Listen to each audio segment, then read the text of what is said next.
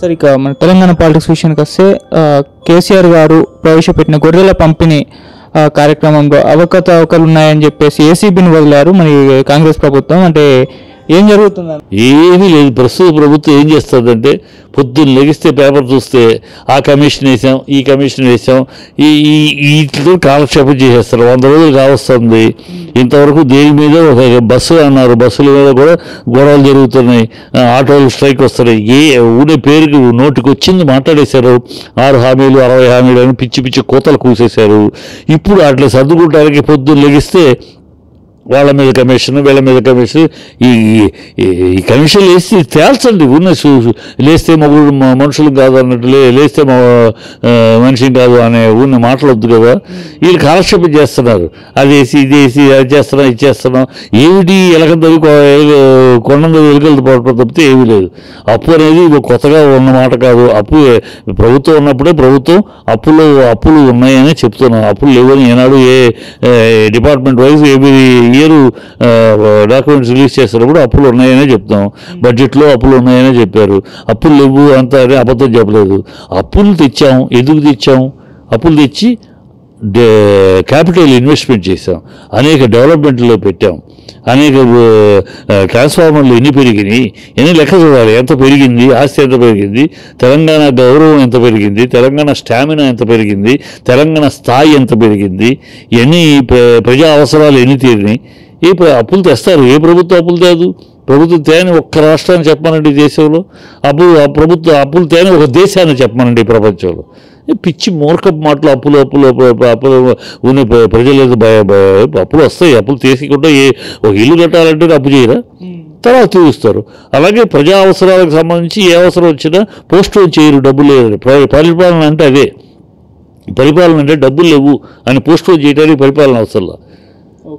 Post చేయకుండా అవసరం తీరాలి కనుక ఎట్లా చేయాలి, ఏ సోర్సెస్లో చేయాలి, ఎక్కడ డబ్బులు ఎటు షిఫ్ట్ చేసి, లేకపోతే ఎక్కడి నుంచి అప్పులు తెప్పించి ఏ కార్పొరేషన్ ఏర్పాటు చేసి చేయాలని చేస్తుంది ఏ ప్రభుత్వం. అది పాలన.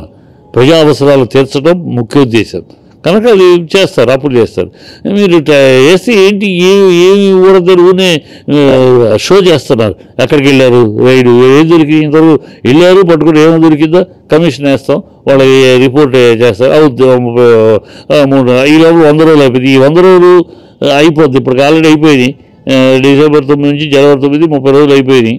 30 పైన అయిపోయినాయి. ఇక ఈ 30 రోజులు ఈ ఎలక్షన్ దాకా ఈ డ్రామా చేస్తారు అంతే. ఏమీ వీళ్ళ పరిపాలన అంటేనే తెలీదు. ఇదే వాళ్ళకి ఏంటంటే బాధ ఏంటంటే తినటానికి ఎక్కడా లేకుండా పోయిందని బాధ. తినటానికి భూములు లేకుండా పోయినాయి. వాళ్ళు అవినీతి చేసుకుంటే రూపాయి సంపాదించడానికి లేకుండా పోయిందని బాధపడుతున్నారు. అది బాధ. ఆ బాధతోటి అందుకే వీళ్ళ శ్వేతపత్రాలు అన్నారు అన్నీ వాళ్ళ శోక చిత్రాలే. వాళ్ళ ఏడుపు చెప్తే పెట్టలేదు.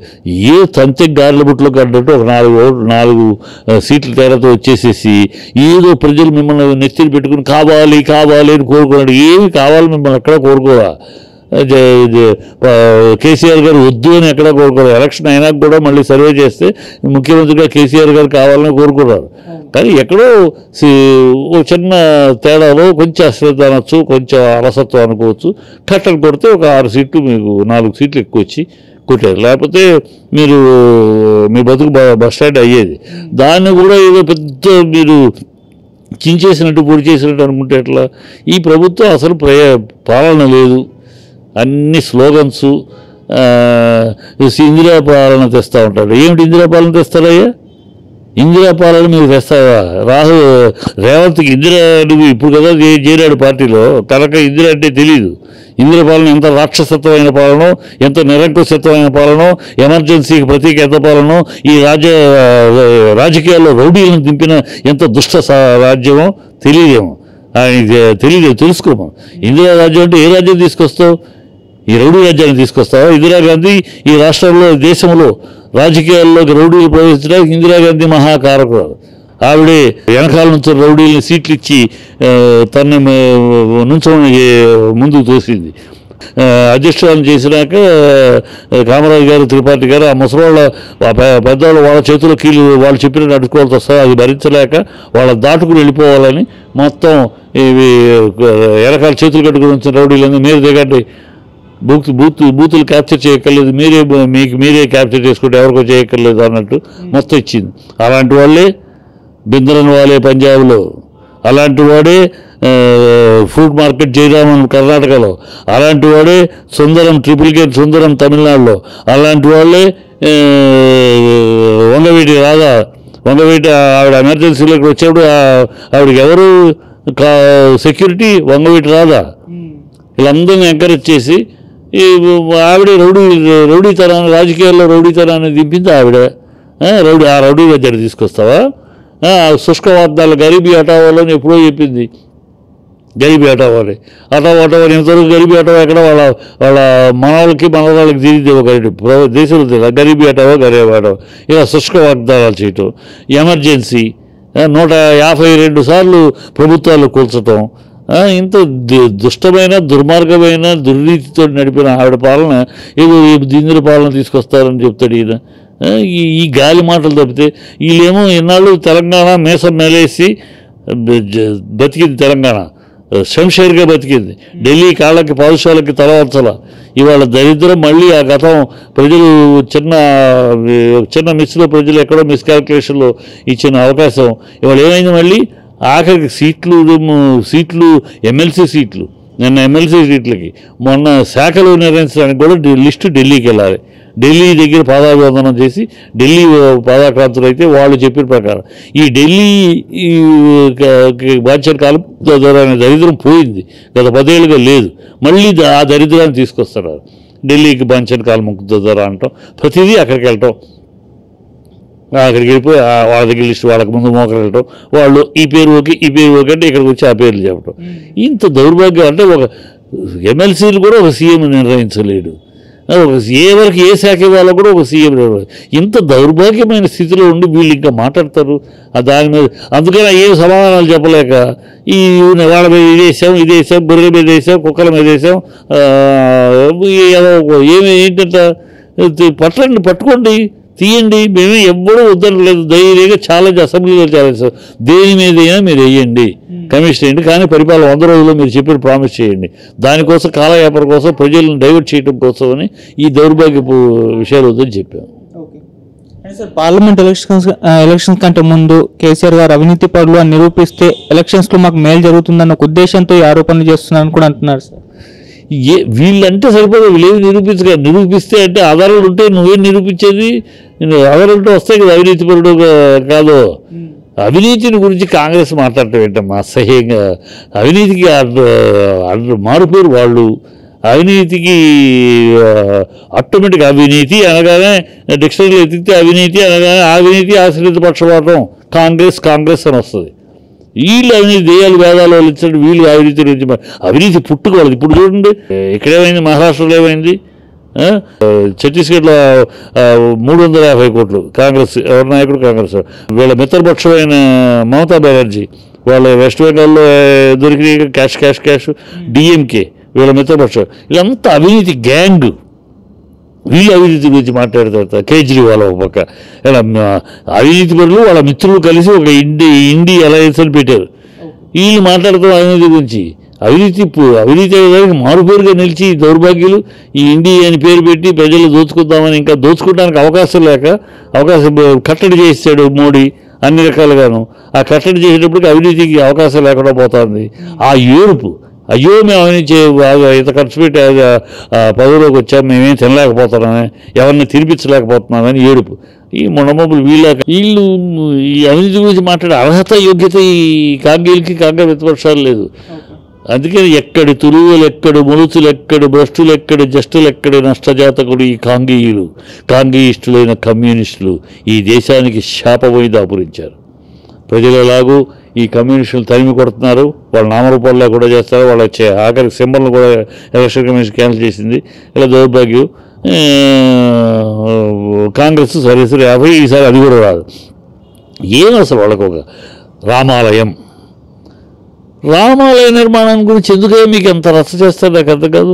ఆరంభం నుంచి ఇందిరాగాంధీ సోనియా గాంధీ సరే క్రిస్టియను, ఆవిడకి విగ్రహాలు నచ్చదు, ఆవిడ మతం ఆవిడది.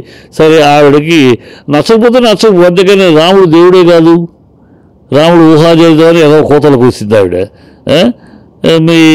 వాళ్ళు మీ కౌంటర్ కూతురికి వస్తే నీ సమాధానం ఎక్కడిది మళ్ళీ ఏమడి చూసా మా మతాన్ని అవమానించారంటారు. నువ్వేమి ఇష్టం వచ్చాను మాట్లాడచ్చు. వాడు ఇంకొకడేమో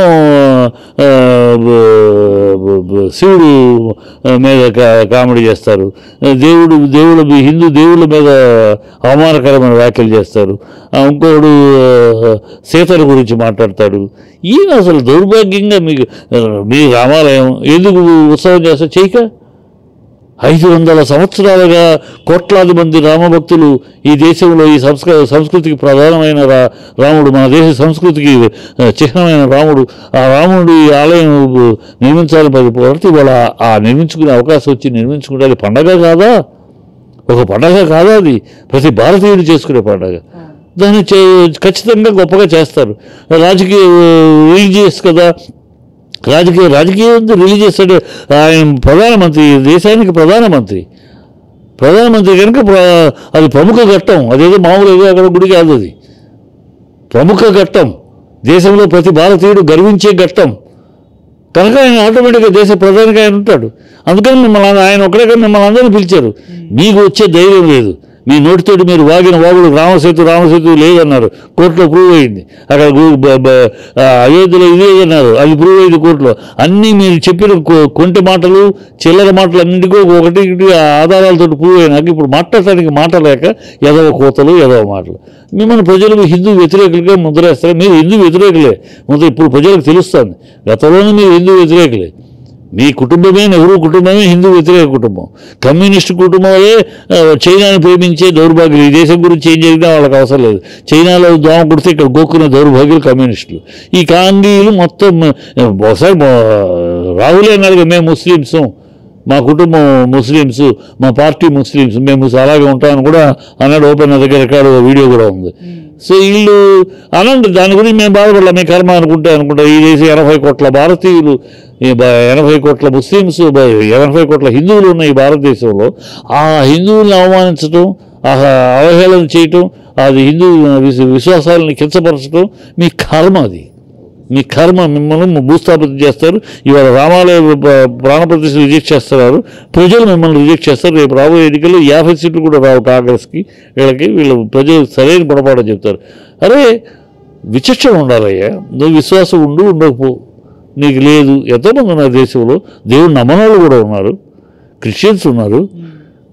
నువ్వు రాకపో, నేను చూద్దామనుకుంటే రాలేదు, ఓకే, నేను విగ్రహాలు చూడడం, ఓకే, చూడబాక, రాబాక. దానికి దాని ఇంత విమర్శలు ఎందుకు? దానికి ఇంత విమర్శలు చేయాల్సిన అవసరం ఉందని. నీ దేవుని విమర్శిస్తేనేమో, ఒక చిన్న మాట విమర్శిస్తేనేమో ఒత్తిడి లేస్తారే. మరి హిందువులు మనుషులు కదా, హిందూ విశ్వాసాలు బలమైనవి కావా?